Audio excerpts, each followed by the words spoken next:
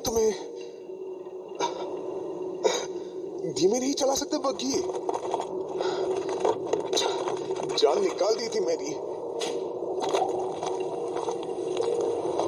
जान का क्या है ऐसा, अभी है अभी कोई।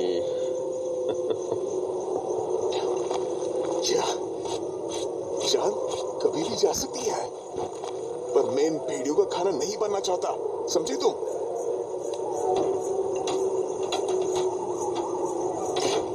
जाने बग्घी वाले पर रणविजय की बातों का असर हुआ या नहीं, पर वो घोड़ों के पास जाकर उन्हें पुचकारने लगा। मेरे बच्चों,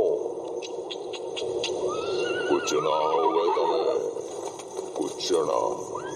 मैं हूं ना तेरे साथ, हाँ? मैं हूं ना। आराम से चलो। उसके पुचकारने का जादू सा असर हुआ और वो आराम से चलने लगे। तभी एक अजीब सी खड़खड़ाने की सी आवाज सुनाई दी और रणविजय ने देखा कि बग्घी वाला बार बार अपने दाएं बाएं देख रहा है। कहाँ देख रहा है ये नीली सी रोशनी कैसी चमक रही है यहाँ। ये अजीब सी खड़बड़ाहट भी उन्हीं से आ रही है। शायद इन्हीं को ढूंढ रहा था ये बग्घी वाला। अरे अरे भाई, कहाँ जा रहे हो? ये पागल हो गए क्या? हे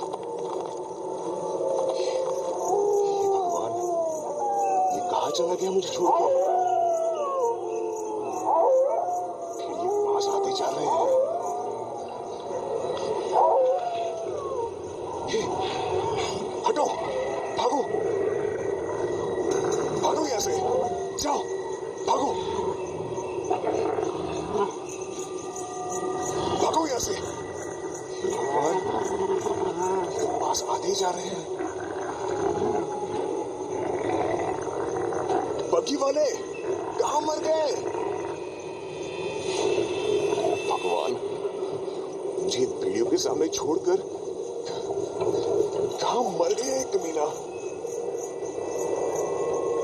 पर तभी वो जैसे गया था वैसे ही अचानक वापस प्रकट भी हो गया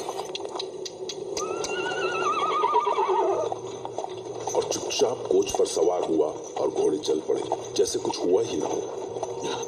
कहाँ गए थे? मैंने पूछा, इन भेड़ियों की दया पर छोड़कर कहाँ चले गए थे तुम? तुमसे कुछ पूछा है मैंने, जवाब क्यों नहीं देते? Damn it. रणविजय बग्घी वाले के सामने बिल्कुल बेबस था। वो कुछ भी कर सकता था रणविजय के एक भी सवाल का जवाब दिए बिना। उसके बाद वो नीली सी रोशनी कई बार दिखाई दी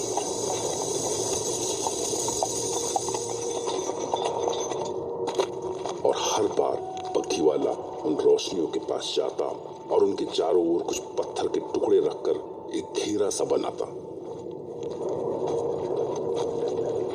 और वापस लौट आता। और एक बार तो जो हुआ उसने रणविजय को चक्कर में डाल दिया। एक नीली सी रोशनी पास में दिखी, बहुत पास।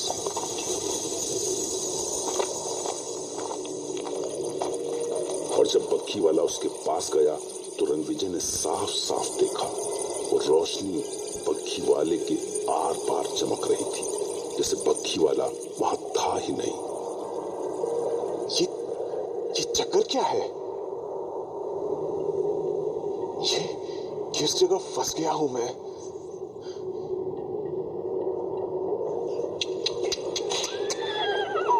अच्छा, एक भी बात समझ नहीं आती। अरे भाई, ये तो बता दो कि हम रत्नागढ़ कब तक पहुंचेंगे, या कभी पहुंचेंगे भी? या मेरी सारी जिंदगी इस भूतिया घाटी में गुजरने वाली है? हालांकि भेड़ियों की आवाजें बीच बीच में अभी भी सुनाई दे रही थी, पर कुछ देर तक सफर शांति से चलता रहा। फिर कुछ देर बाद बादलों के बीच से अचानक चांद निकल आया अपने पूरे आकार में। पर तभी जाने कहां से अचानक भेड़ियों की कुर्राहटें सुनाई देने लगी। बग्घी अचानक थम गई। घोड़े दहशत में हिनहिनाते हुए अपने पिछले पैरों पर खड़े हो गए। रणविजय ने माजरा जानने के लिए सामने झांका तो वो कांप गया। सैकड़ों भेड़िए बग्घी को चारों ओर से घेरे खड़े थे। उनके मुंह चांद की ओर थे और सब के सब अजीब आवाज में हुंकार रहे थे। उनकी इस हुंकार से पूरी घाटी कांप गई थी। रणविजय के कानों के पास से पसीने की धार बह रही थी। लगा जैसे वो भेड़िए बग्घी पर टूट पड़ेंगे और सब कुछ खत्म। पर बग्घी वाले को तो जैसे कोई फर्क ही नहीं पड़ा। वो आराम से बग्घी से नीचे उतरा और भेड़ियों के बीच जाकर बड़बड़ाता हुआ ऐसे इशारे करने लगा जैसे वो सर्कस का रिंग मास्टर हो, या जैसे वो रास्ते से प्रेतात्माओं को हटा रहा हो। बस कुछ ही पल और भेड़िए जैसे अचानक आए थे वैसे ही लौट भी गए।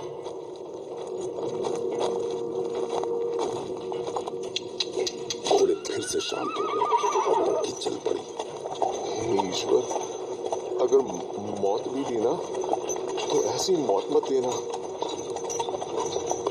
आगे का रास्ता चढ़ाई वाला था, इसलिए घोड़े आराम से चल रहे थे।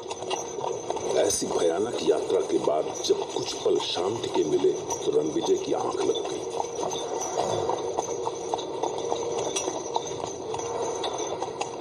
फिर जब उसकी आंखें खुली तो बग्घी एक पुराने से महल के सामने खड़ी थी और बग्घी वाला घोड़ों को बांध रहा था।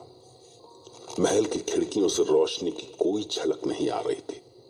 रणविजय ने महल की उजड़ी सी बाउंड्री वॉल पर एक नजर डाली।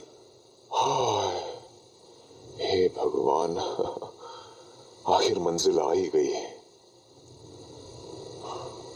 काफी बड़ा महल है। महल के सामने गोल चक्कर से निकालते हुए कई रास्ते। आओ सा, आ गया रत्नागढ़ महल।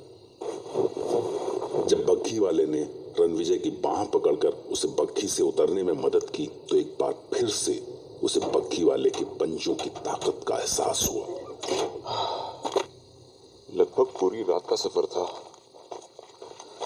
ओह, ये सर्दी है। ऐसे में अगर गर्म चाय मिल जाए तो मजा आ जाए। कोई दिख भी तो नहीं रहा।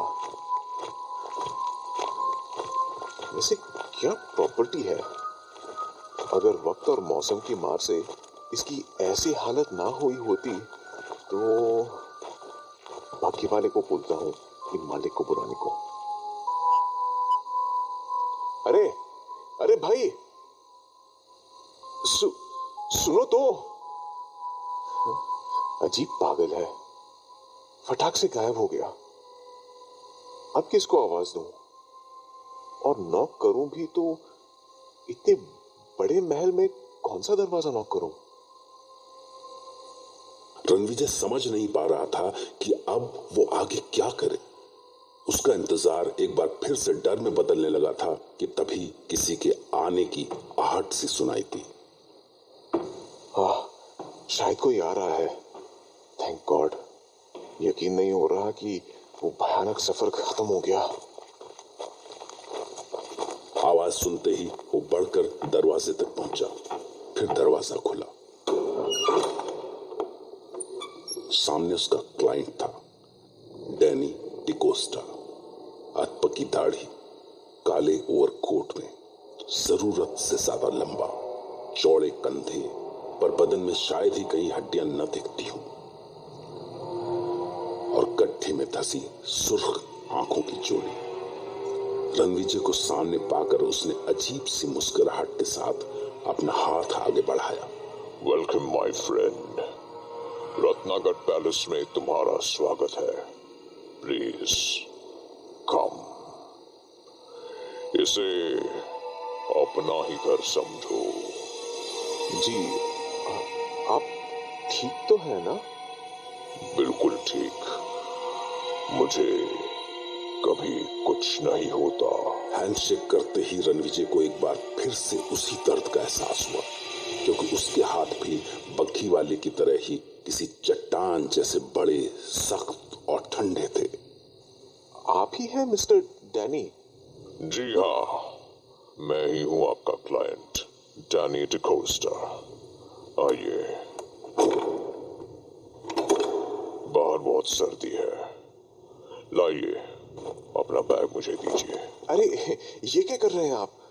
मैं अपना सामान खुद उठा सकता हूँ। नहीं, आप मेरे मेहमान हैं। And you see it's pretty late in the night, so कोई नौकर नहीं है इस वक्त, तो मेरा फर्ज बनता है कि मैं आपको कोई तकलीफ ना होने दूं। नहीं तो आप मेरे काम होने से पहले ही भाग जाएंगे। But you know,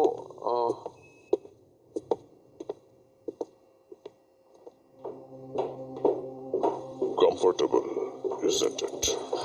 yes certainly. ये फायरप्लेस इस रूम को कभी ठंडा नहीं होने देता। आप बैठिए, रुकिए, आपका कोट उतारने में आपकी हेल्प करता हूँ। अरे आप Feel at home, my dear friend. Feel at home.